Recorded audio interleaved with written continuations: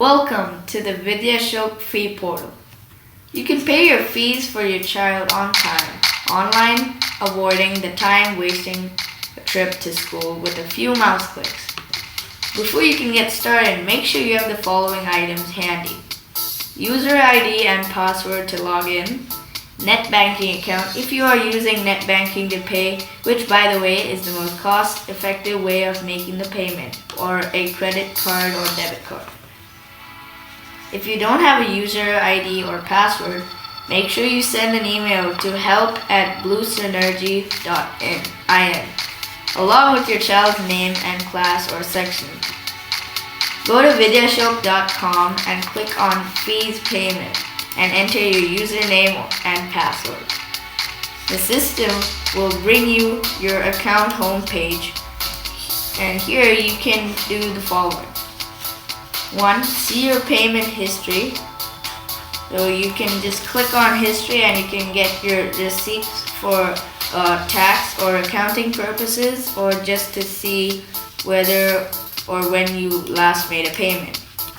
See the invoices that have been generated for you and payments you have made. This is actually a redundant tab and lets you see the number of attempts you even made for the payment. Click on Pay Now right here and it takes you to the next screen. Before you go further, make sure you do not have the pop-up blocker enabled for the site. You can go to Preferences in your browser and change the settings there. Just verify the information that is presented to you before you click on Pay. If you noticed, it opened a new tab where the amount is displayed.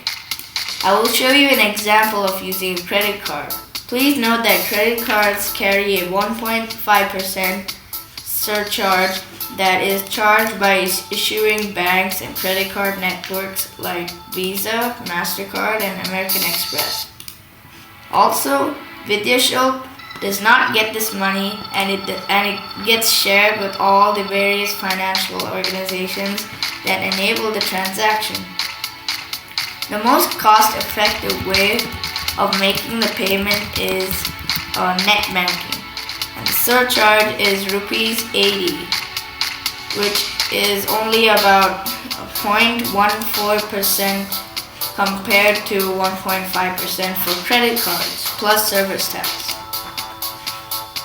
Obviously, credit cards give you the option of paying later, etc., and net banking can be used only if you have the required funds in your account.